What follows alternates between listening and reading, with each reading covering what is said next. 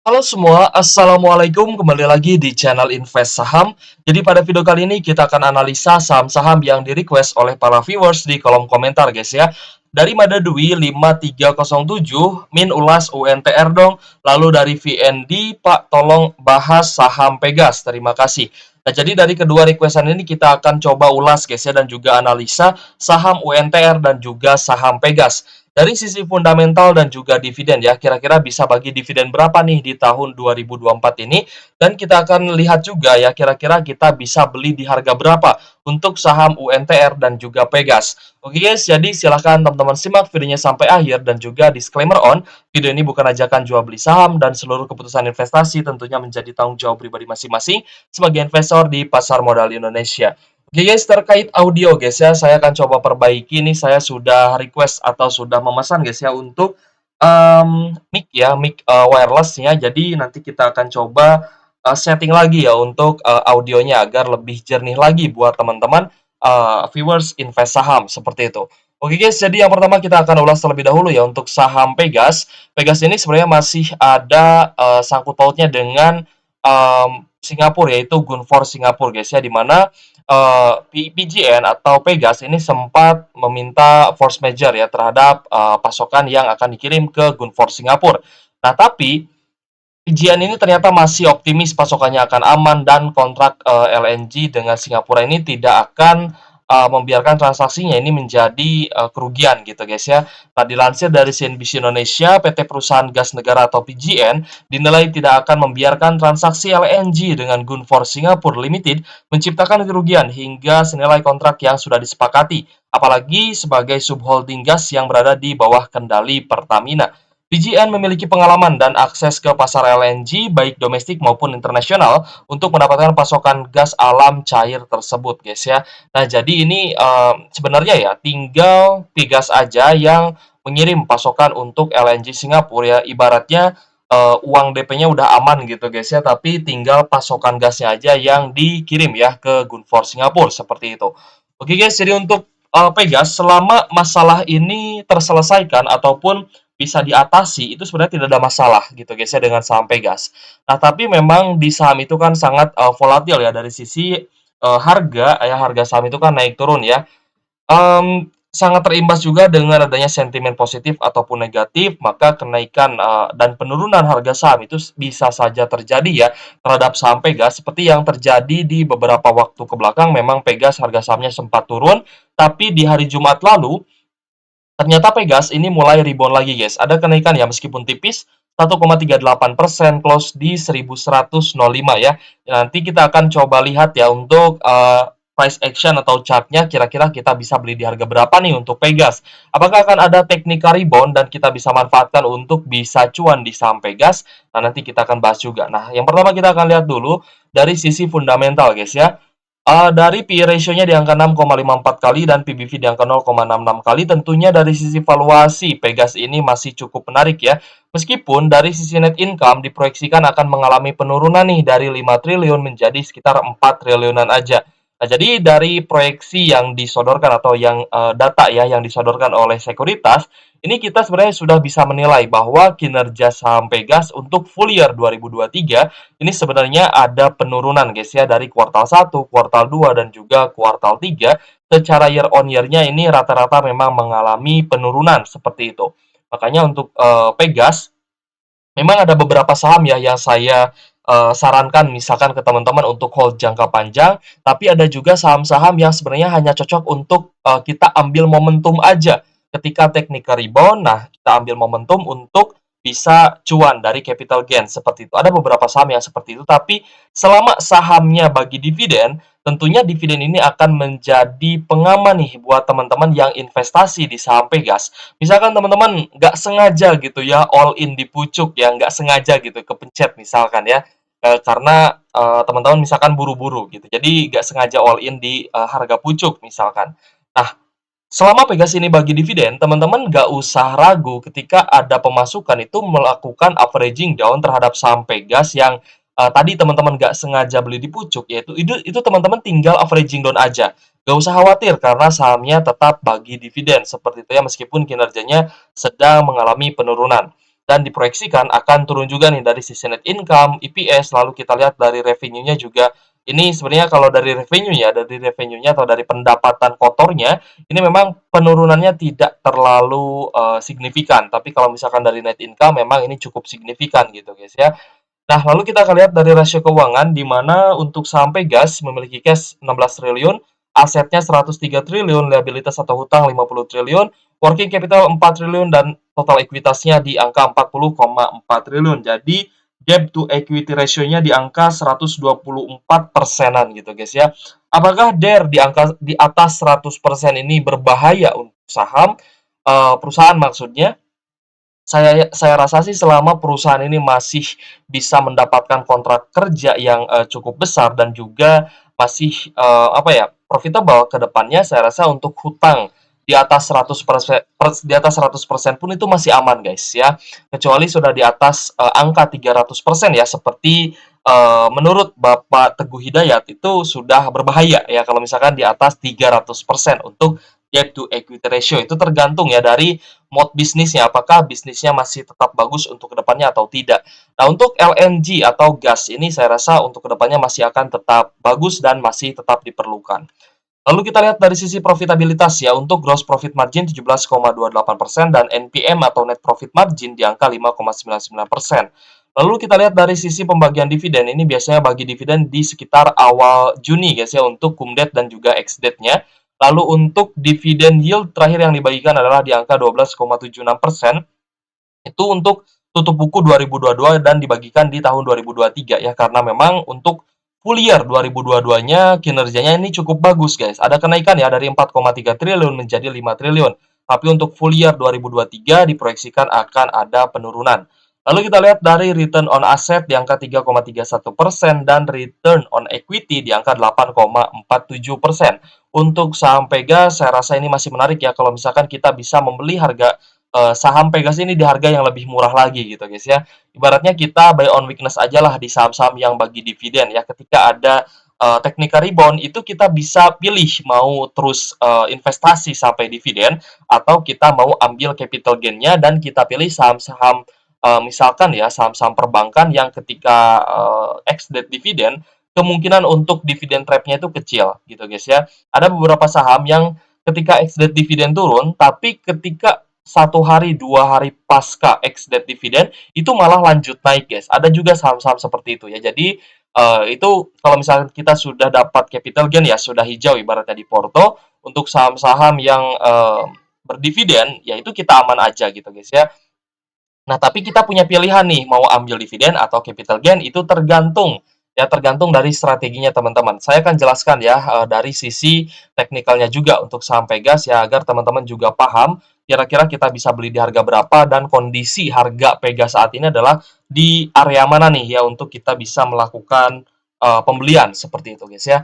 Nah, jadi untuk Pegas ini kalau misalnya teman-teman perhatikan ya sempat turun ke level 1065 guys ya. Lalu ada kenaikan sampai di 1.200-an ya, kita ke 1.200 aja di sini ya, meskipun sempat naik ya ke level yang lebih tinggi di high 1.210, tapi kita bulatkan aja di 1.200, ini sudah ada kenaikan ya, sekitar 13,38%. Nah, sebenarnya ketika teman-teman sudah apa ya, floating profit lah ya di atas 10%, itu sebenarnya teman-teman punya ini guys, punya pilihan. Apakah teman-teman mau profit taking dan pindah ke saham lain yang lebih bagus dan harga sahamnya masih di bawah, atau teman-teman mau lanjut investasi dengan apa ya, dengan potensi adanya volatilitas harga atau harga ini pasti naik turun ya, tidak tidak serta-merta Pegas ini akan naik terus karena memang dari kinerjanya diproyeksikan akan mengalami penurunan seperti itu guys ya.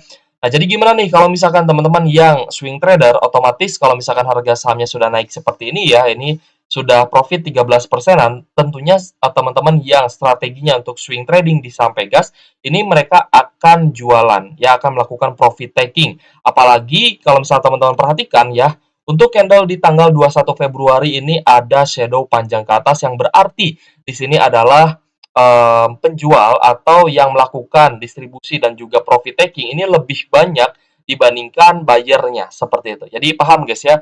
Dan dari struktur candle juga teman-teman harus paham nih. ya di mana buyer itu kuat, di mana seller itu lebih kuat dan buyernya lemah gitu guys ya. Nah, di tanggal 21 Februari memang saya melihat gitu guys ya, di mana di sini buyernya lemah dan sellernya cukup kuat. Dibuktikan di tanggal 22 Februari sempat naik lalu turun dan candlenya merah, jadi turun di bawah harga closing sebelumnya. Lalu di tanggal 23 juga dilanjutkan penurunannya. Nah, kalau misalkan sudah lanjut turun seperti ini, teman-teman bisa berpikir ya untuk melakukan aksi profit taking seperti itu. Kalau misalkan memang Pegasnya untuk kinerjanya belum perform seperti itu guys ya untuk Pegas. Jadi, nah ini kan sudah turun guys ya, ini sudah turun ya ke level bentar guys, kita lihat ya, ini turun ke level 1090-an ya, lalu close di 1100 ya. Kemarin sempat naik lagi nih sekitar 1,38%. Apakah ini tanda-tanda bullish reversal lagi? Apakah akan ada technical rebound dan akan mantul naik? Saya rasa kita pantau aja di hari Senin ya, karena tidak ada yang bisa prediksi masa depan. Tapi kalau misalkan kita lihat ya, kemarin kan ada distribusi besar ya, tanggal 29 itu ada distribusi besar. Sedangkan di tanggal 1 Maret ini sudah mulai ada akumulasi.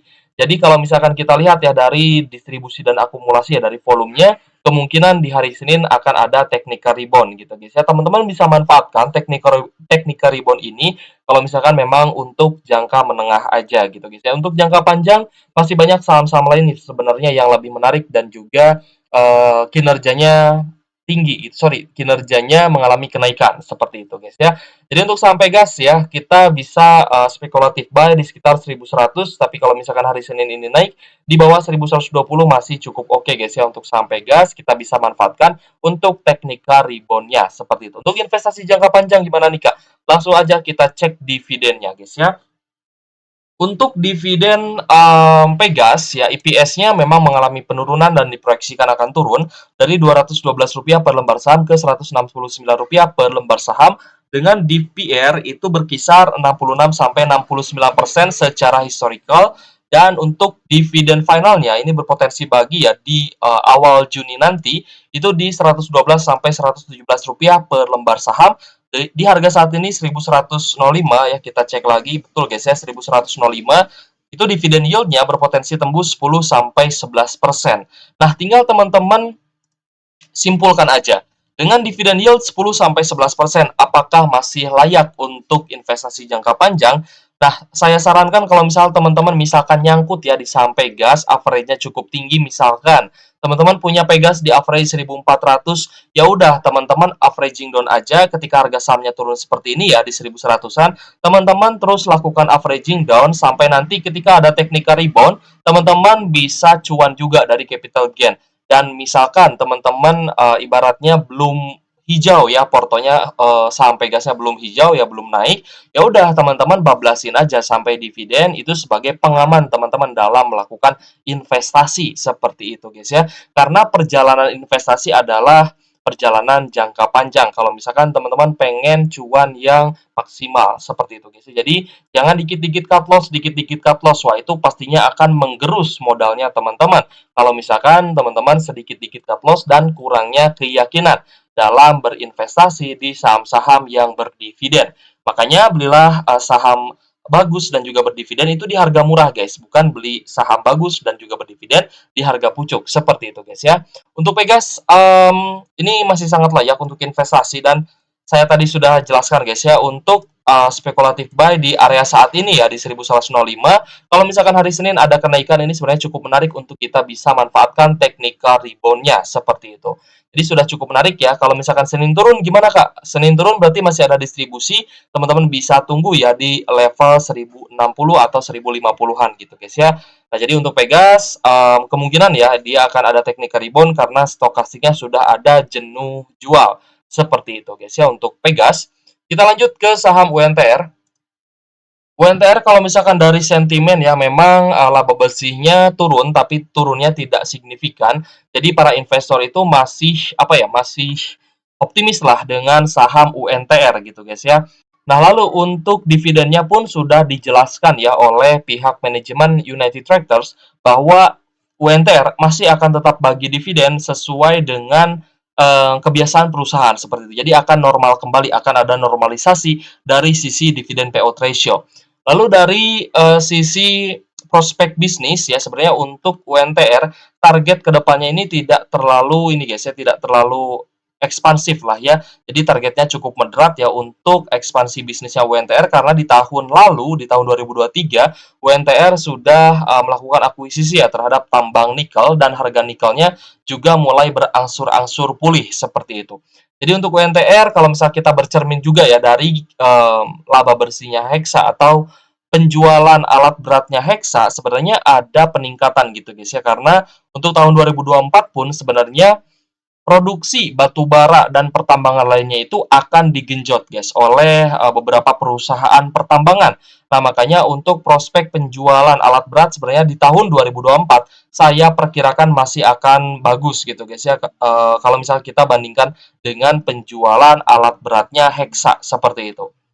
Nah, jadi dari investor.id ya, JP Morgan menilai dua sentimen negatif terhadap saham UNTR atau United Tractors, yakni bisnis emas dan manuver personal menarik hutang, akan tetapi prospek saham masih menjanjikan hingga Desember 2024 ya untuk UNTR. Nah, meskipun ada dua sentimen, ternyata JP Morgan ini masih optimis gitu guys ya dengan saham UNTR maksud saya. JP Morgan menyebutkan bahwa Martabe, tambang emas UNTR, merugi 20 juta US dollar pada kuartal 4 2023 seiring kenaikan biaya ekspansi dan tempat tailing serta one off charge ya sebesar 20 juta US dollar. Produksi emas Martabe turun 22% menjadi 29.000 oz pada kuartal 4 di tahun lalu. Nah, sebenarnya ketika saham-saham pertambangan meningkatkan produksinya itu akan ada resiko seperti ini gitu guys ya, di mana biaya ekspansi atau biaya pertambangan untuk target produksi yang lebih tinggi ini bisa saja menghabiskan capex atau capital expenditure atau modal kerjanya. Tapi memang untuk kasusnya UNTR di mana produksi emas martabenya turun gitu ya menjadi 22%, makanya tidak menutup ya untuk um, penjualan emasnya, kemungkinan besar seperti itu guys. Untuk saham UNTR, sebenarnya masih cukup bagus guys ya UNTR ini, dan kita akan coba lihat ya dari sisi laba bersihnya seperti itu. Untuk UNTR di hari Jumat lalu ada kenaikan tipis 0,85% ya, close di 23.725. Untuk UNTR gini guys, jadi pertambangan batu bara kan akan digenjot ya di tahun 2024 ini, produksinya akan ditingkatkan. Ada beberapa saham perusahaan di sektor batu bara yang sudah menargetkan akan meningkatkan produksi batu baranya.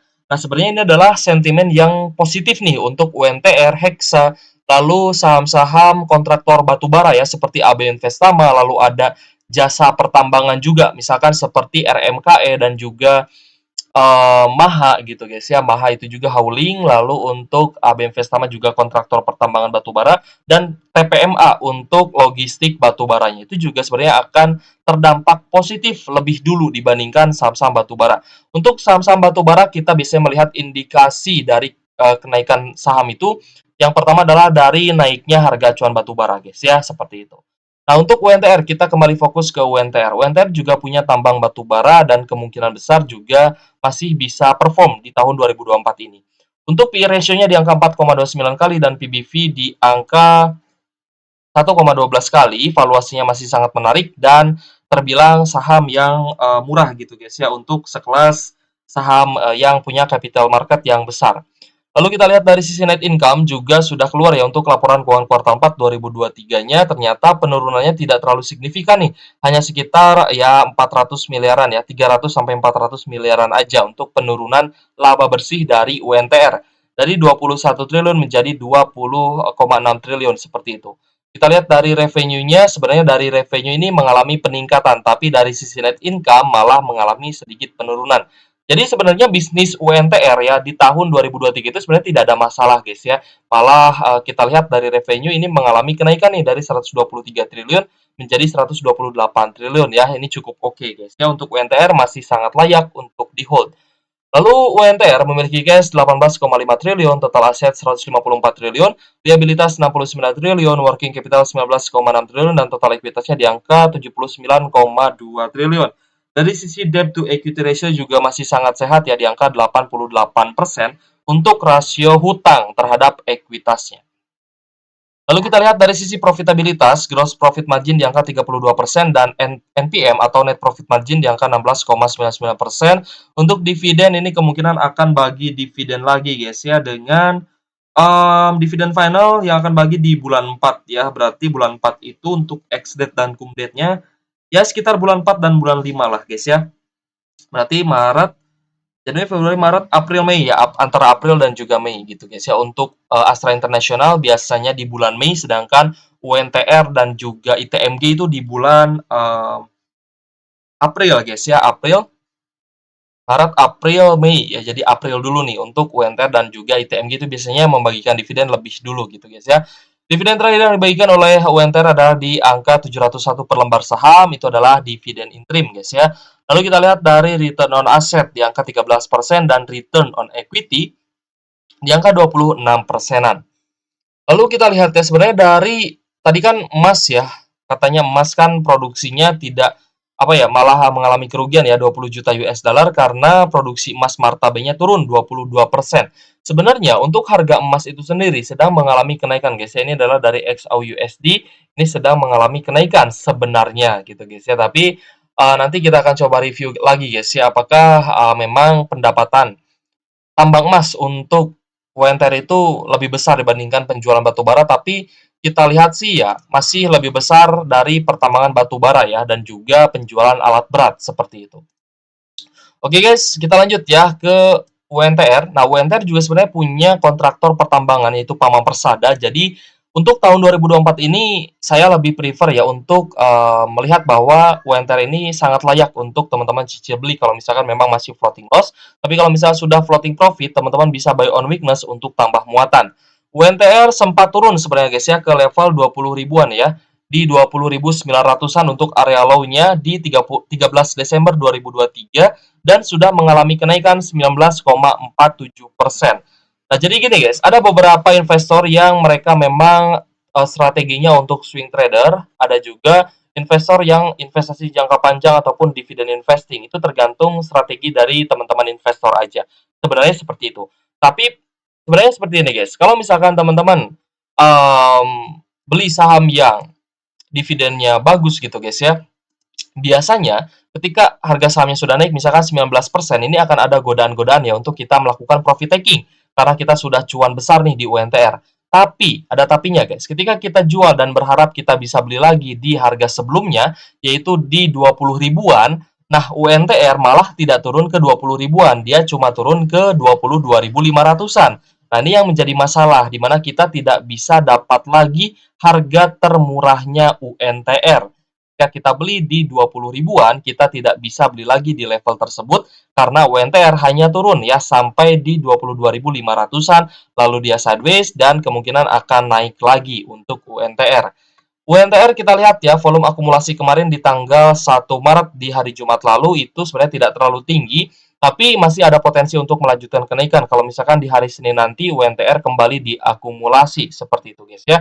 Jadi untuk United Tractors ini kita bisa spekulatif buy ya di bawah 24.000 karena harganya memang mendekati 24.000. Tapi kalau misalkan harga sahamnya turun, teman-teman bisa tunggu ya di next support itu di 22.800 sampai di 22.500-an karena dia berpotensi akan kembali sideways kalau misalkan memang masih belum mampu untuk naik ya, tembus di atas 24.000 seperti itu.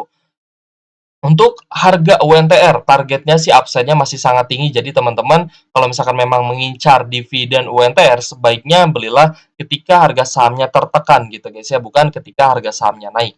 Nah, kita akan langsung lanjut ya melihat dari dividennya UNTR.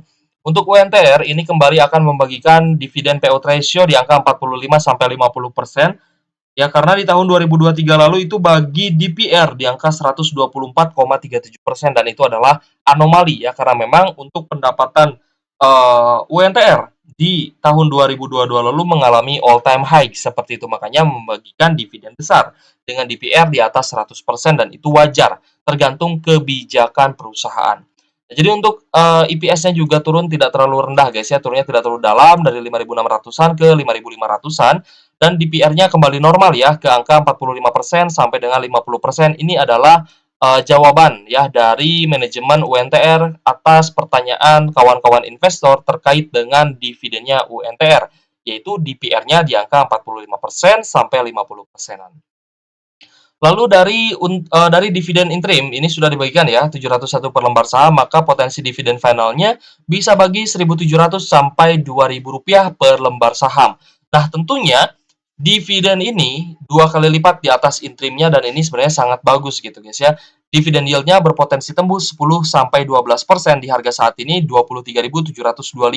Nah, gimana Kak kalau misalkan average saya di 22 ribuan atau misalkan di 21.000 kalau misal teman-teman beli di harga yang cukup murah, misalkan ya waktu itu misal teman-teman beli di 20.900 atau 21.000 atau 22.000. Nah, ini tinggal kita rubah aja guys. Ya misalkan di 21.000 ya. Nah, berarti potensi yield-nya ini akan lebih tinggi. Teman-teman perhatikan, potensi yield-nya, ya dividen yield-nya akan terima lebih tinggi, yaitu 12 sampai 13%.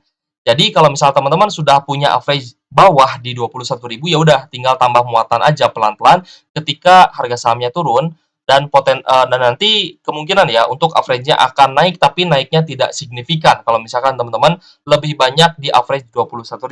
Average 22.000 gimana Kak? Misalkan average-nya 22.000 ya tinggal kita ganti ya guys ya harganya, maka dividen yield-nya berpotensi tembus 11 sampai 13%. Harga saat ini di 23.725 ya, 23.725. Nah, jadi gini guys, untuk dividen yield semakin murah teman-teman beli saham yang rutin bagi dividen dan teman-teman memang strateginya untuk dividen investing, maka semakin murah harga saham yang teman-teman beli, semakin besar dividen yield-nya. Seperti itu guys ya. Jadi tinggal teman-teman sesuaikan ya dengan strateginya, apakah mau swing trading atau mau dividen investing seperti itu. Tapi tetap saya sarankan untuk teman-teman diversifikasi ke beberapa saham, misalkan 2 atau 3 saham yang teman-teman fokus dulu nih, fokus dulu untuk dividen investing.